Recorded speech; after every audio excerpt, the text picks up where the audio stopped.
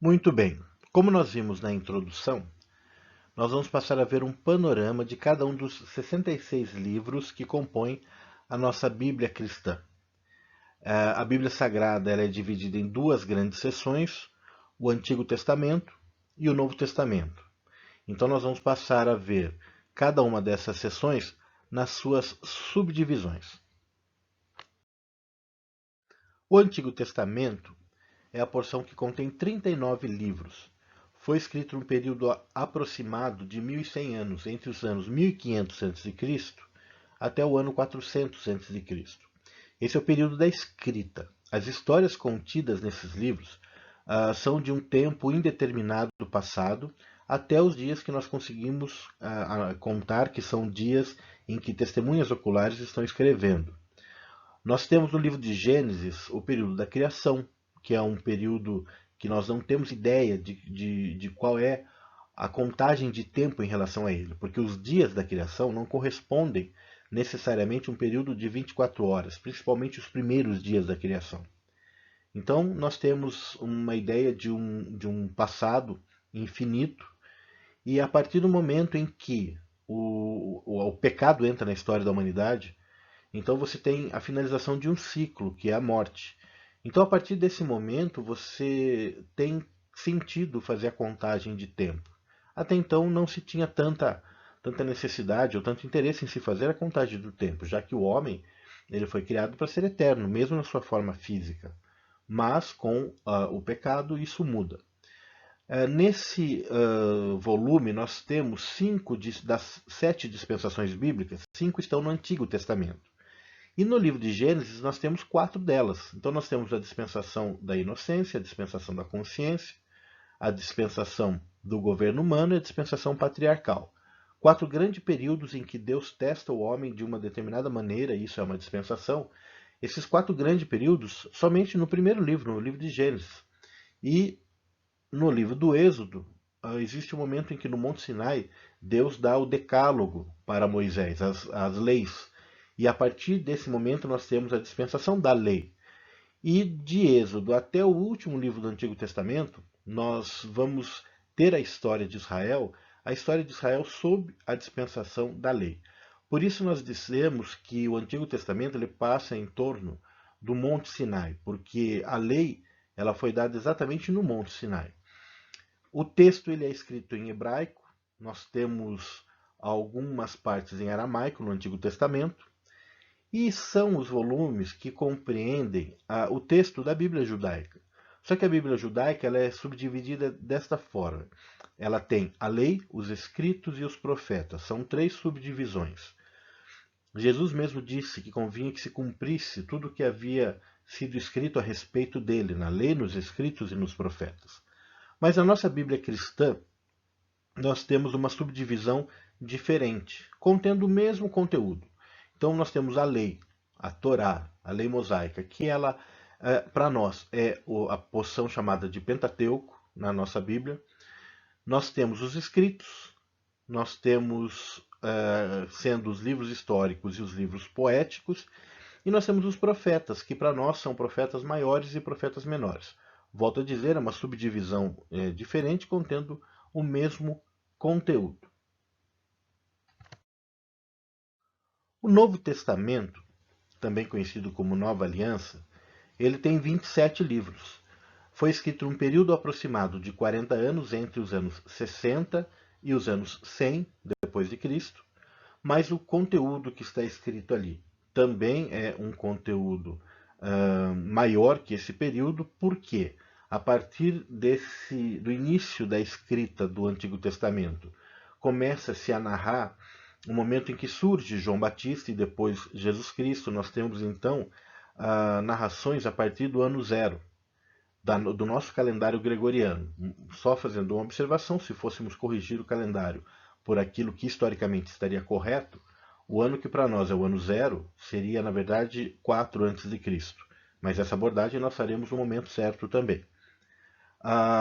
Temos então, a partir do ano zero sendo escrito, e temos ali informações daquilo que está acontecendo no primeiro século e o livro da Revelação sobre coisas que aconteceriam muito tempo depois. Então, o tempo da escrita de 40 anos, ele abrange um período também, de certa forma, indefinido do texto. No Novo Testamento, nós temos a finalização da dispensação da lei e temos a dispensação da graça com Jesus Cristo e o sacrifício de Jesus Cristo por nós culminando no Calvário. Por isso nós dizemos que o Novo Testamento ele passa em torno do Monte Gólgota, que é onde está o Calvário. O texto do Novo Testamento ele é escrito em grego. Nós temos uma pequena porção no livro de Mateus em aramaico. Na nossa Bíblia cristã, nós temos uma subdivisão. Não temos na Bíblia judaica, porque a tradição judaica não aceitou Jesus Cristo como sendo o Messias, do qual havia sido profetizado no Antigo Testamento. A promessa do Antigo Testamento ainda não foi cumprida para a tradição judaica.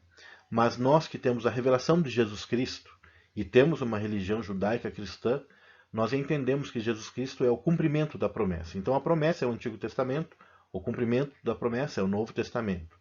E na nossa Bíblia cristã, os textos que estão escritos a respeito do cumprimento da promessa estão subdivididos da seguinte forma. Nós temos os evangelhos, que são os livros que falam a respeito do momento em que Cristo esteve sobre a terra. Nós temos o livro histórico, que é a história da igreja, um livro que ainda não terminou, porque a igreja está aqui, nós estamos escrevendo a história da igreja.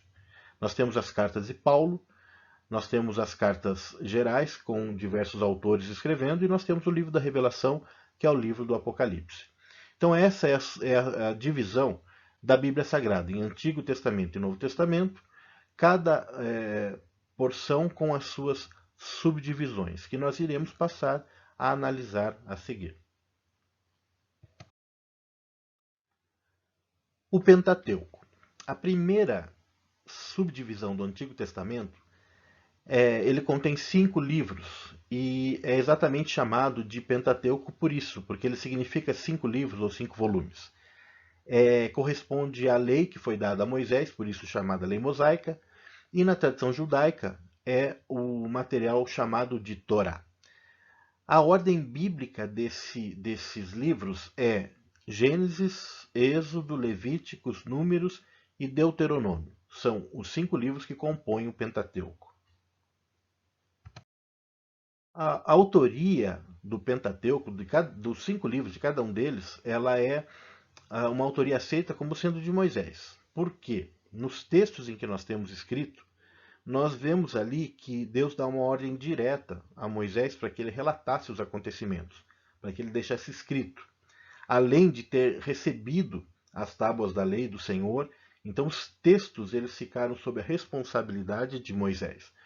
Nós temos também manuscritos de Abraão, Noé ou Enoque, provavelmente que contribuíram para que Moisés pudesse escrever por um detalhe. Se nós lembrarmos que Moisés, e nós vamos ler a história no Pentateuco, mas se nós lembrarmos que Moisés, ele foi criado pela filha do faraó, então ele foi criado para ser um príncipe no Egito. E como tal, ele foi instruído em todas as ciências da época.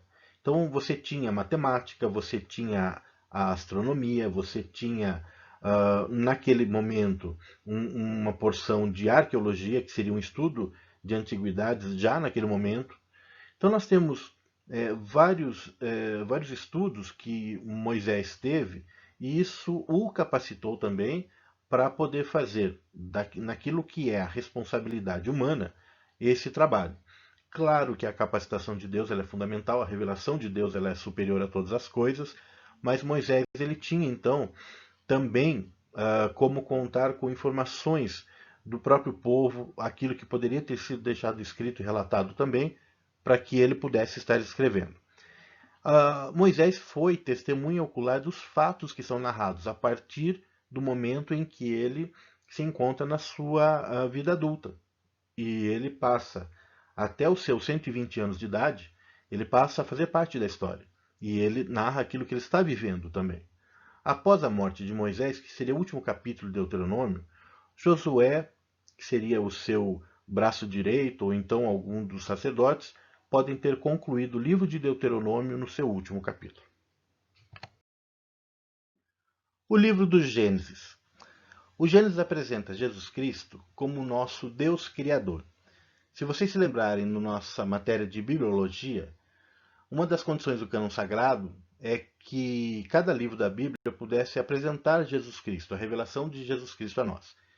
E nós vamos apresentar a revelação de Jesus Cristo em cada um dos 66 livros que nós vamos fazer a abordagem para vocês. O texto-chave do Gênesis é o livro de Gênesis, capítulo 1, versículo 27, que diz assim: E criou Deus o homem à sua imagem. A imagem de Deus o criou, homem e mulher os criou. Bom, esse versículo ele é um versículo-chave porque a partir desse momento começa a história da humanidade. Acontece a história do homem criado à imagem e semelhança de Deus. Até então, tudo aquilo que nós vemos, a criação, o mundo físico e espiritual, o cosmos, o universo, a criação da terra, dos animais, das plantas, toda essa criação, nós entendemos que Deus estava criando a casa para que o homem pudesse habitar nela.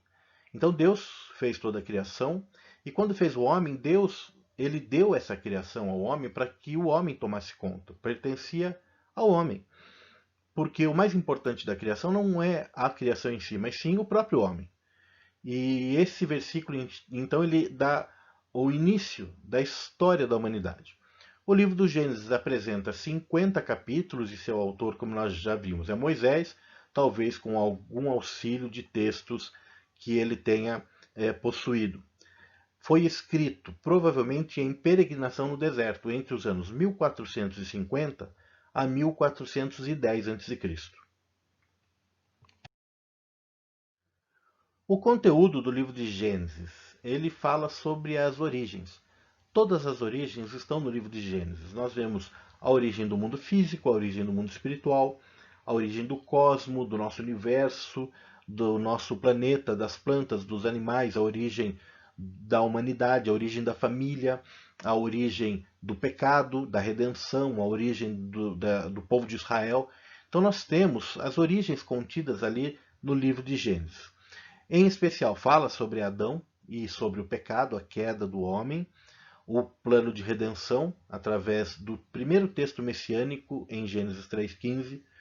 Fala sobre o dilúvio e o povoamento da terra após a arca de Noé pousar no monte Ararat, o episódio de Babel e a idolatria, justificando a distribuição das nações sobre a terra, e fala sobre os patriarcas, Abraão, Isaque e Jacó, abordando Abraão, Ismael e Isaque, seus filhos, e os filhos de Isaque, Esaú e Jacó, Jacó que viria a ser Israel. E termina com a história de José no Egito. O Êxodo apresenta Jesus Cristo, nosso Cordeiro Pascal. A chave é Êxodo 3, do versículos 7 ao 10. E disse o Senhor: Tenho visto atentamente a aflição do meu povo, que está no Egito, e tenho ouvido o seu clamor por causa dos seus exatores, porque conheci as suas dores. Vem agora, pois, e eu te enviarei a Faraó, para que tires o meu povo, os filhos de Israel, do Egito. Então esse texto é o momento em que o Senhor ele fala com Moisés, levanta um libertador porque ele ouviu o clamor do povo. E esse libertador, Moisés, ele é uma tipificação de Cristo. É fantástica a história de Moisés e o paralelo da história de Moisés com Jesus Cristo. O Êxodo ele apresenta 40 capítulos e também foi escrito em peregrinação no deserto entre os anos 1450 e 1410 a.C. O conteúdo do Êxodo ele fala sobre o Egito e a escravidão. Então, começa com a história do nascimento de Moisés, o livramento de Moisés e ele sendo criado pela filha do faraó, até o momento em que na fase adulta ele entende quem ele é e recebe do Senhor a missão de libertar o povo de Deus. Nessa missão de libertar o povo acontecem ali as pragas, tem a libertação do povo do Egito, e essa libertação ela acontece num dia conhecido como a passagem, a Páscoa. A Páscoa que representaria a ceia do Senhor, assim como a travessia pelo Mar Vermelho. É um simbolismo do batismo. Chegam ao Monte Sinai, depois de algum tempo, e ali o Senhor dá a lei cerimonial, civil, moral, dá a lei a Moisés e Moisés a entrega ao povo.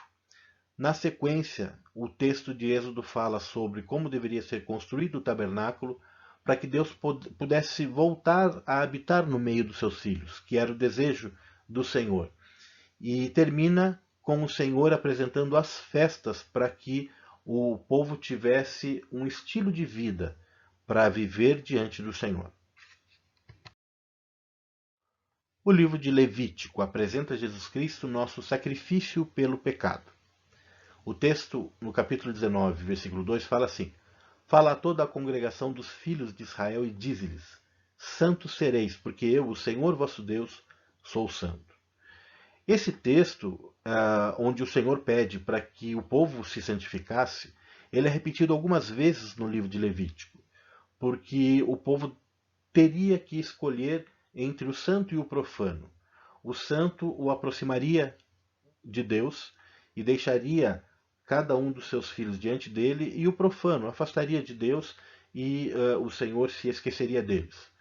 O livro de Levítico ele tem 27 capítulos, o autor foi Moisés, e Moisés ele vive nos dias que ele está relatando, ele é uma testemunha ocular, também foi escrito em peregrinação no deserto, num período em que eles estão em torno do Monte Sinai.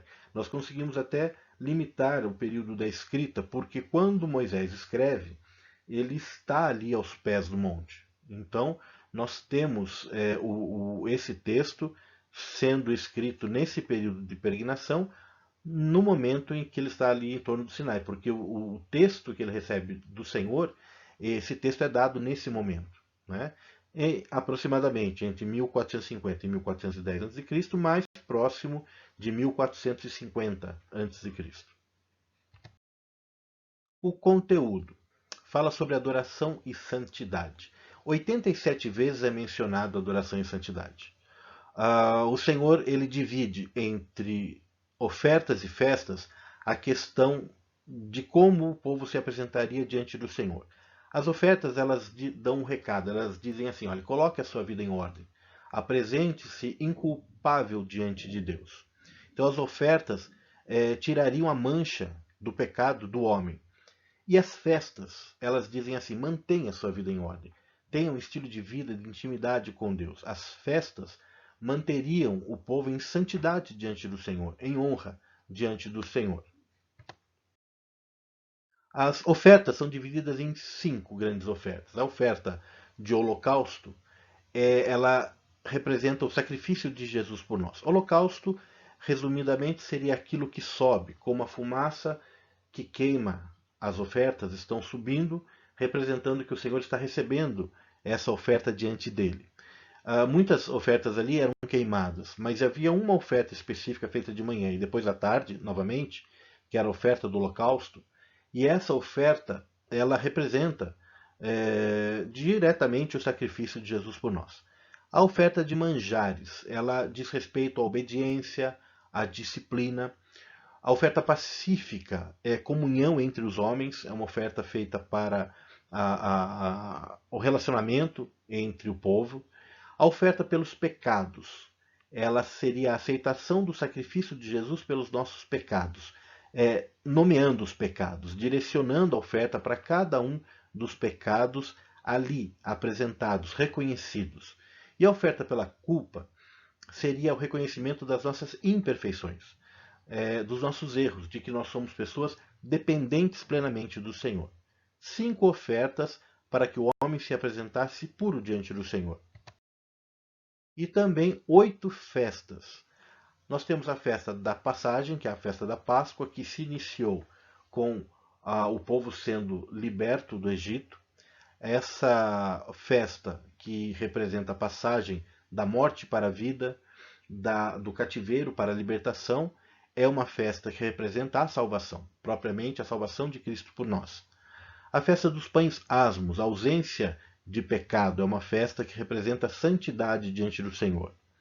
A festa das primícias é uma festa onde o homem declara e consagra que o melhor é primeiro para o Senhor. Primeiro convém reverenciar ao Senhor. A festa de Pentecostes trata dos frutos da terra, 50 dias após o início das primícias. O Pentecostes representa a abundância em se colher aquilo que se semeou. Seria a ação de Deus nos dando muito mais do que aquilo que nós pedimos ou aquilo que nós entendemos ser real, ser possível, o Senhor nos dando muito mais, sabendo que esse muito mais vem do Senhor. E nós também consagramos a Ele a oferta dessa abundância. A festa das trombetas, ela representa um novo ciclo. É nessa festa que se inicia o calendário civil, as relações humanas no povo de Israel. É o primeiro dia do 7º mês, é o início do ano do calendário civil em Israel. A expiação, anualmente feita, representa a redenção, salvação de Jesus. É o clímax religioso.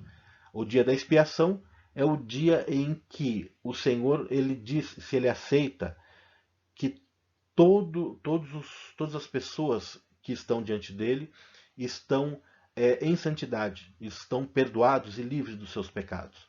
É nesse dia que o Senhor mostra para o povo que ele está contente com o povo, ou que existe alguma coisa de errada com o povo. É uma festa de alegria coletiva pelo livramento e pela presença de Deus no meio do povo. A festa dos tabernáculos, ela é uma festa de gratidão pelas moradas no deserto. São ações de graça ao Senhor, porque durante os 40 anos em que o povo esteve no deserto, nunca faltou nada ao povo. O Senhor sempre supriu todas as necessidades dos seus filhos. E o sábado e o ano sabático, eles representam dependência e contemplação. Representa o 7º dia da semana ou o 7º ano, em que nesse dia ou nesse ano o povo não precisaria plantar nada. O Senhor daria ainda assim o sustento aos seus filhos. Tem também uma festa que é a festa do ano do jubileu, que é depois do 7º ano sabático, no ano 50, também se comemoraria o Senhor sustentando o seu povo. Então as festas, elas trazem um estilo de vida, o estilo de vida de dependência e consagração do povo diante do Senhor. O livro de Números, ele apresenta Jesus Cristo que foi levantado. O texto está em Números 14, versículos do 22 ao 23, que diz assim: E que todos os homens que viram a minha glória e os meus sinais que fiz no Egito e no deserto, e me tentaram essas 10 vezes, e não obedeceram à minha voz, não verão a terra de que a seus pais jurei, e nenhum daqueles que me provocaram a verá. Esse é o momento em que os 12 espias vão espiar a terra, e quando eles voltam, 10 espias, eles não acreditam que eles conseguiriam entrar na terra prometida, porque eles viram ali gigantes, eles viram ali um empecilho muito grande para tomar a terra. Essa dúvida ela é imputada diretamente a Deus, a se duvidar de que Deus poderia fazer pelo povo algo que seria inimaginável. Não é? Então o Senhor os castiga por isso. Nesse castigo, nenhum dos homens de 21 anos para cima poderia entrar na terra prometida, exceto Josué e Caleb, que foram os 2 espias que não duvidaram do Senhor. E nesse momento ainda, Moisés também teria a chance de entrar na terra prometida. O povo vai ficar mais 39 anos então peregrinando no deserto, até que toda uma geração de homens de 20 anos para cima morra no deserto, para que então uma nova geração possa tomar posse da terra prometida. O livro de Números possui 36 capítulos. O autor é Moisés, vive nos dias relatados, e o texto é escrito em peregrinação no deserto, entre os anos 1450 e 1410 a.C. O conteúdo. Números apresenta Israel servindo ao Senhor em peregrinação, em marcha no deserto. No livro nós temos os 2 censos de Israel, em que se levanta a quantidade de homens de 21 anos para cima. E nesses censos se levanta a quantidade de aproximadamente 600 mil homens, ou uma população de 2 milhões de pessoas, porque você aí conta as mulheres e conta os homens de 20 anos para baixo também. Então, 600 mil homens que poderiam ir à guerra, que estariam ali representando a força do povo de Deus, mas no total 2 milhões de pessoas no deserto.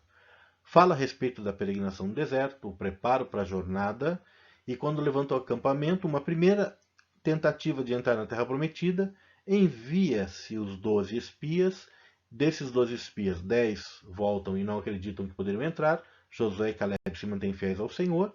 Então, pelo castigo que o povo recebeu, pela dúvida, eles vão ficar agora mais 39 anos em peregrinação no deserto.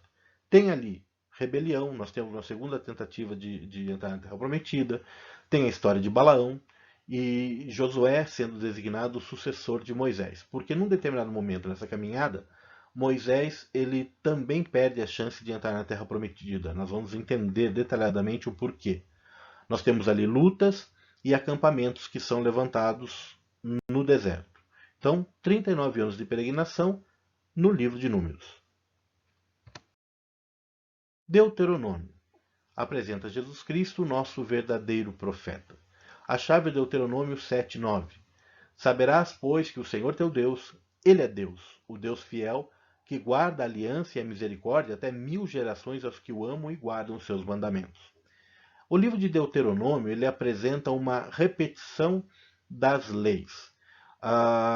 Chega-se na Transjordânia e Moisés, nos seus últimos dias de vida, ele pega tudo aquilo que ele havia vivido, tudo aquilo que o Senhor tinha dado a ele e aquilo que ele tinha escrito, e ele resume no livro de Deuteronômio, dando ao povo uma direção, para que o povo escolhesse entre obedecer ao Senhor e fazer aquilo que ele pede, ou desobedecer ao Senhor e não receber o favor do Senhor. Aqueles que obedecessem ao Senhor, eles receberiam bênçãos de Deus para a sua vida. E aqueles que não fizessem aquilo que Deus estaria mandando, eles receberiam maldições para as suas vidas. O autor é Moisés, nos seus últimos dias de vida, nos seus últimos meses ali na Transjordânia, foi concluído provavelmente por Josué, no último capítulo, que narra o período da morte de Moisés, é escrito em acampamento na Transjordânia, prestes a tomar a Terra Prometida, mais perto do ano 1410 a.C. O conteúdo do livro de Deuteronômio pode ser subdividido dessa forma: recorda, obedece e cuidado. Nós temos ali 3 discursos de Moisés, e o primeiro dele fala sobre reconhecimento, né, sobre a salvação que Deus deu ao povo, que o povo reconhecesse que tudo aquilo que eles tinham recebido como livramento vinha do Senhor. O segundo grande discurso fala sobre a santidade a Deus. Então, qual é o estilo de vida e a postura que o povo deveria ter diante desse Deus Salvador. E o terceiro grande discurso fala sobre o compromisso com Deus, em honrar o Deus que tem cuidado de cada um de nós. E, no final, narra os últimos dias de Moisés. Esse foi o panorama do Pentateuco, os 5 primeiros livros da Bíblia, trazendo um resumo sobre cada um deles, sobre o conteúdo de cada um desses livros. E iremos abordar, na sequência, as outras subdivisões da Bíblia. Também há a possibilidade que você estude o Pentateuco, cada um dos livros, de uma forma exaustiva. E a Academia Bíblica tem matérias que proporcionam esse estudo para você.